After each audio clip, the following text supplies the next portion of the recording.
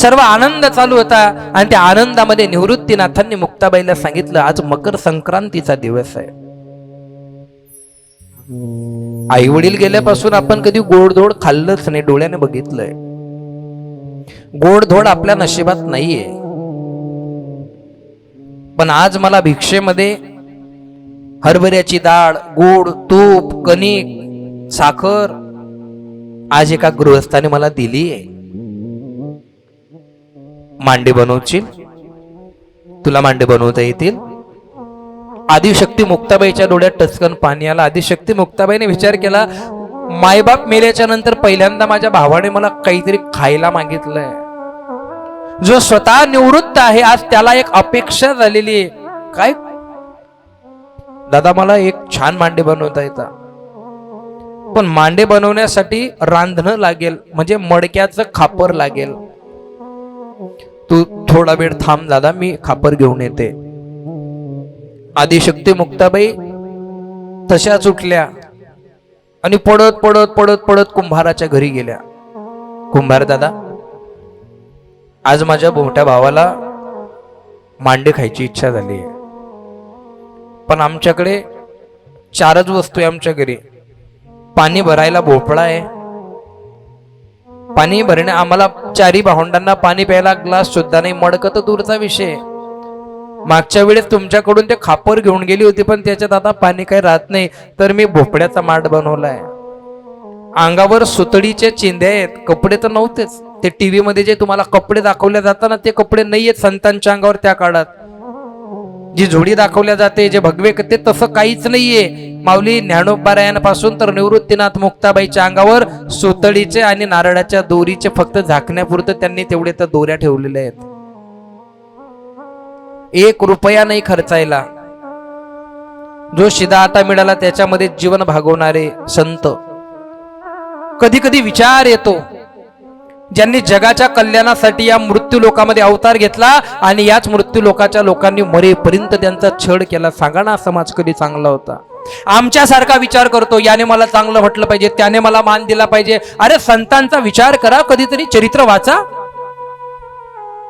मी माझ्या मनाला विचारलं पाहिजे, मनोज महाराज सांगा तुम्ही समाजासाठी काय केलंय? काहीच केलं नाही मी. मग मी समाजासाठी काहीच केलेलं नसताना समाजाने मला मानावं, चांगलं म्हणावं, हा विचार मी करतोय. अरे ज्या संतांनी आपले मायबाप गमवले, ज्या संतांनी उपासपोटी राहून ग्रंथ निर्माण केले, त्या संतांना अपेक्षा नाही तुमच्याकडनं, मग आम्ही का करावे? जसं आहे तसं ठेविले अनंते, तैसेची राहावे चित्ते असू द्यावे समाधान. कोण कोणाला चांगलं म्हणतं या काळात सांगा ना? प्रत्येकाला आपलं मोठेपण मिरवायचंय, प्रत्येकाला आपलं जिरे करायचंय. परंतु एक गोष्ट लक्षात ठेव जा, हा पावलाही मुलांना बोललो, पृथ्वी ब्रह्मांडामध्ये हरवत चाललेली आहे.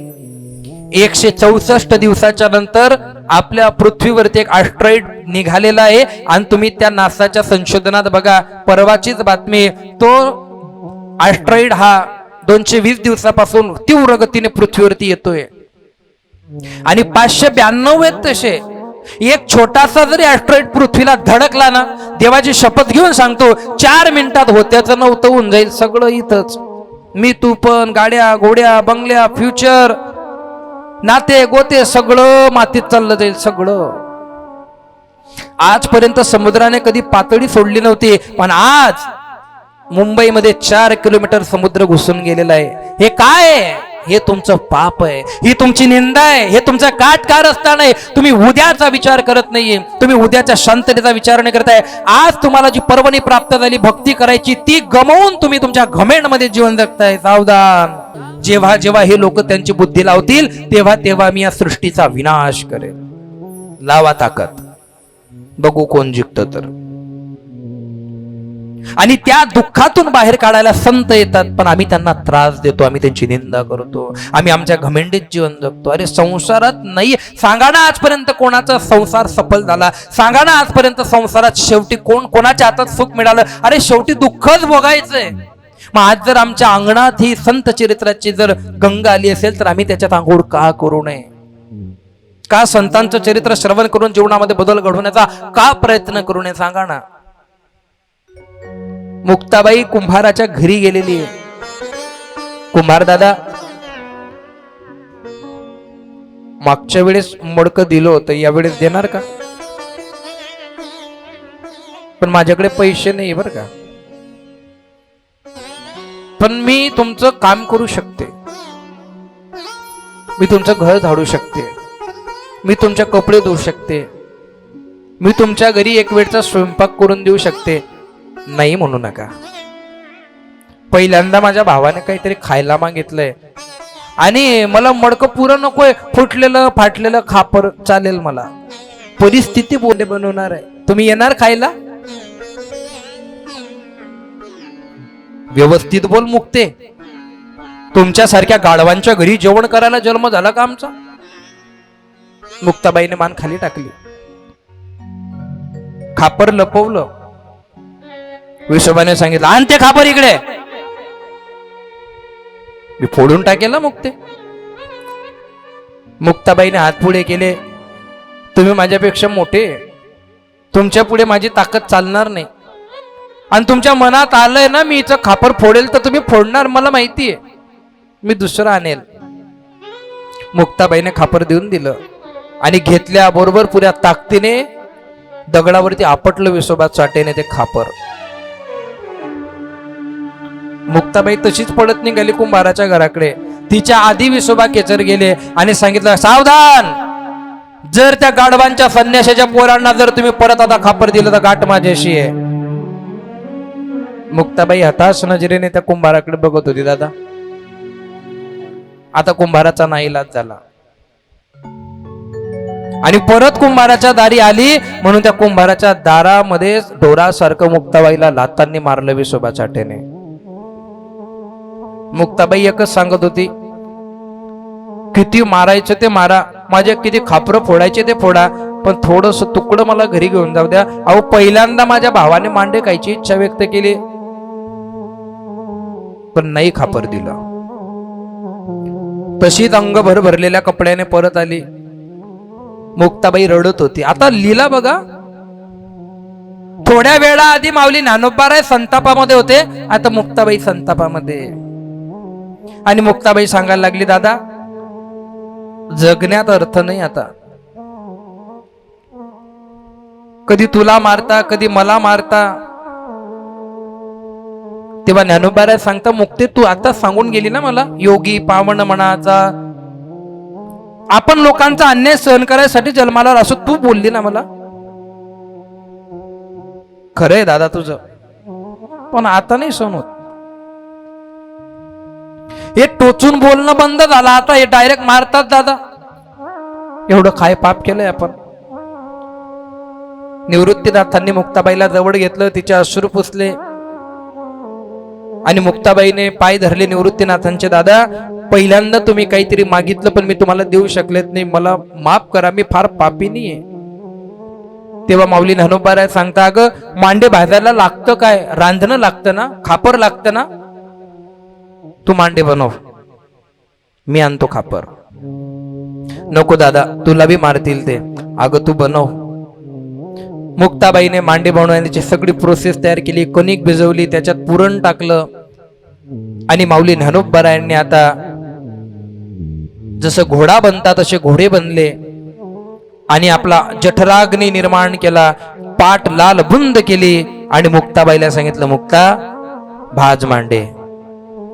आणि आदिशक्ती मुक्ताबाईने जगतामध्ये आपल्या भावासाठी आपल्याच भावाच्या पाठीवरती मांडे भाजले. याला संतांचं चरित्र, याला संतांचं महत्व, याला संतांचा महिमा म्हणतात.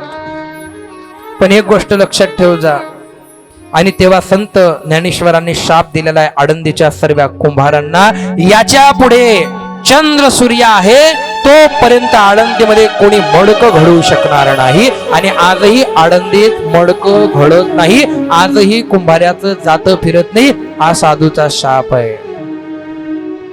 जीवनात सगळ्या गोष्टी करा, संतांच्या साधूच्या नांदाला लागू नका. साधू जोपर्यंत सहन करतो तोपर्यंत ठीक आहे, पण मुखातून जर चुकीचे शब्द निघाले तर विनाश हा ठरलेला आहे. करता आलं तर चांगलं करा. ओ भला किसी का कर न सके तो बुरा किसी का मत करना, पुष्प नहीं बन सकते तो तुम कांटे बन कर मत रहना। भला किसी का कर न सके, बुरा किसी का मत करना, पुष्प नहीं बन सकते तो कांटे बन कर मत रहना। भला किसी का कर न सको तो बुरा किसी का मत करना, पुष्प नहीं बन सकते तो तुम कांटे बन कर मत रहना।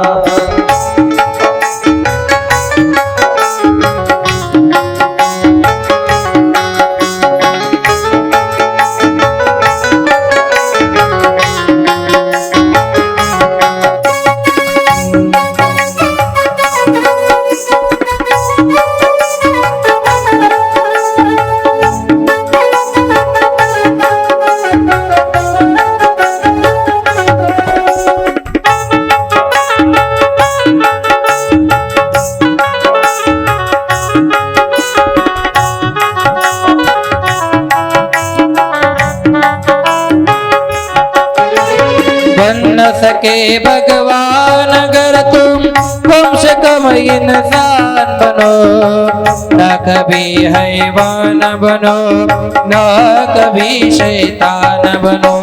बन न सको भगवान अगर तुम कम से कम इंसान बनो, ना कभी हैवान बनो, ना कभी शैतान बनो। सदाचार अपना न सको तो पापों में पग मत धरना, पुष्प नहीं बन सकते तो तुम कांटे बन कर मत रहना।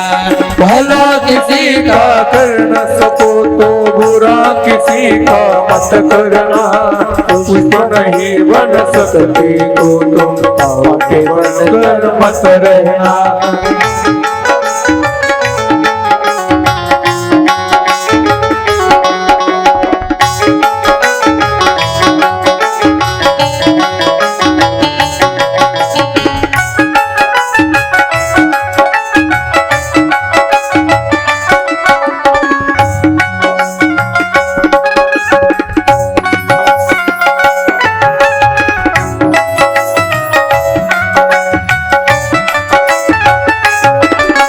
सत्य वचन ना बोल सको तो झूठ कभी भी मत बोलो, मौन रहो तो ही अच्छा, कम से कम विष तो ना बोलो।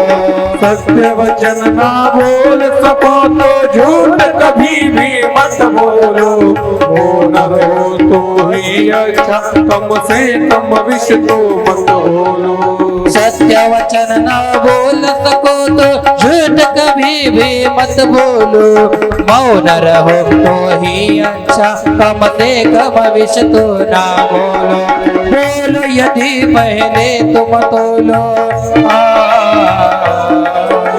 बोलो यदि पहले तुम तोलो, फिर मुँह खोला करना, पुष्प नहीं बन सकते तो मठ बन कर मत रहना। भला किसी का कर न सको तो, भला किसी का कर न सको तो बुरा किसी का मत करना, पुष्प नहीं बन सकते तो तुम कांटे बन कर मत रहना। पुष्प नहीं बन सकते तो तुम कांटे बन कर मत रहना।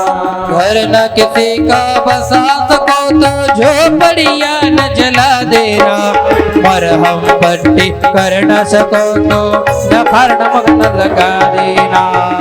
न किसी का बसा सको तो झोपड़ियाँ न जला देना, मरहम पट्टी कर न सको तो खार मसला लगा देना। दीपक बन कर जल न सको तो अंधियार न फैला देना, पुष्प नहीं बन सकते तो तुम कांटे बन कर मत रहना। भला किसी का कर न सको तो, भला किसी का कर न सको तो बुरा किसी का मत करना, पुष्प नहीं बन सकते सकते तो तुम पाके बनकर मत रहना। पुष्प नहीं बन सकते तो तुम पाके बनकर मत रहना। पुष्प नहीं बन सकते तो तुम पाके बनकर मत रहना। सत्य वचन ना बोल सको तो झूठ कभी भी मत बोलो। मौन रहो तो ही अच्छा, कम से कम विष तो ना बोलो। बोलो यदि पहले तुम तोलो, फिर मुँह खोला करना।